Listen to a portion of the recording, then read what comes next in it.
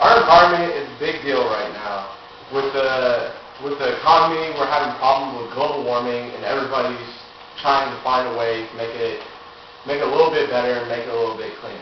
Today I'm going to try to persuade you why corn-based ethanol is not the right choice in doing this. I feel that I'm credible because my father works a lot in business, and I've put in a lot of time and research on this topic. And I think you should listen because I'm going to explain reasons why corn isn't a good product to use in ethanol. I'm going to talk about substitutes we can use instead of corn. And I'm also going to introduce some other types of energy that we can use. First, I'm going to inform you a little bit about ethanol itself. Ethanol, in general, in some ways, it does take us away from being dependent on oil.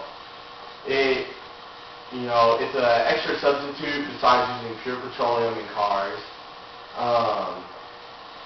And also, it creates jobs for people out there. Now, there's also a lot of problems with ethanol. It causes a lot of chaos in the market because for the past 100 years, people have all been worried about, petroleum this, petroleum that. Petroleum is the basis for everything. It's been the basis for how our cars have ran for the past 100 years. It's also bad for our engines. Ethanol holds water in it after it sits in the tank for a long period of time. It's also a corrosive agent to the inside of your engine.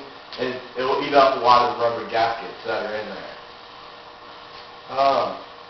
And on the other hand, I know this contradicts what I just said, but it doesn't really pull us away from using oil. It keeps us from using foreign oil, but we're still dependent on it to an extent because there's no fuel out there that's a pure ethanol blend. It's all blended with a certain percentage of oil, such as 10% ethanol, 90% petroleum, or 85% ethanol and 15% petroleum.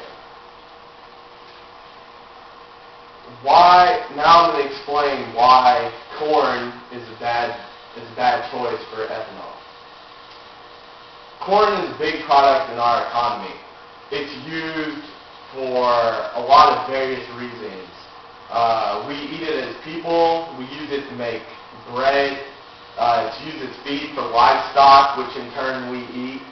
Both, everything from beef to pork, poultry, and even some things people eat every day, such as tortillas. It's driven up the price of all those foods, especially the meat markets, because for us to have beef, the cows have to eat something. And since a lot of the companies are taking corn and using it to produce ethanol, now they're using it. It's driving up prices for the feed for people that harvest cows for food.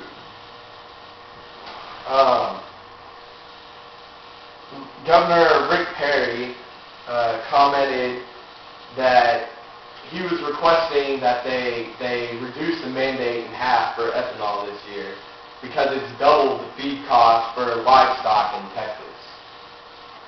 Also, the Economist, a Seattle paper, said that corn-based ethanol is neither cheaper or green. It requires almost as much energy to produce as it's released when it's ignited.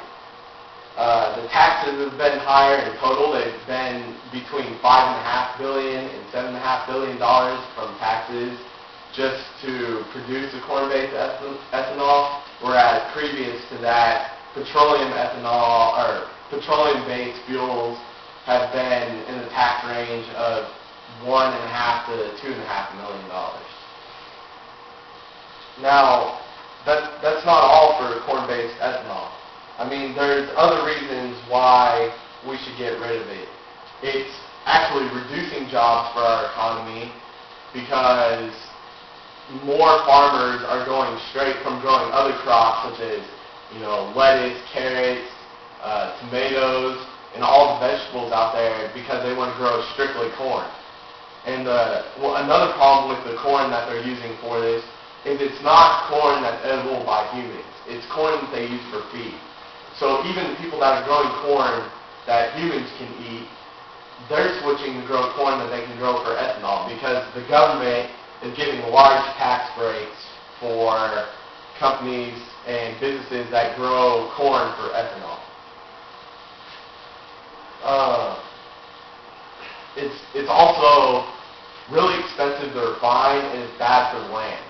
If people research corn and look how it's grown, you have to cycle it because after so many years of growing in the same soil, it rips the nutrients out and actually makes the soil unfertile for growth. Now I'm going to talk about some of the other sources we could use for ethanol. There's some other choices out there such as sugarcane or wood, which are plentiful, they're cheap to refine, and they give much better, the lifespan of it's a lot better and we get a lot more out of it. Sugarcane and wood, unlike corn, don't burn as fast as a fuel, and they require less refining. They're cheaper to refine, like I said, they're a lot more plentiful. But besides ethanol, there's also some other types of fuel that we should think of out there that are in the near future, such as hydrogen, and eventually cars may be electric powered, solar powered, and to develop these things, we can look at things such as wind power instead of using coal and coal to drive the turbines and stuff like that. In conclusion, I thank y'all for listening for the past 6 or so minutes to what I've been talking about in corn ethanol. I hope that next time, we have an election or you have some way to put input into a choice that somebody's making, that y'all will think about this speech and about some of the information I've given y'all about ethanol. It's really something out there that a lot of people are misinformed about and don't really have a clue about, and it's something that I think a lot more people should pay attention to because it is the future of us and our children.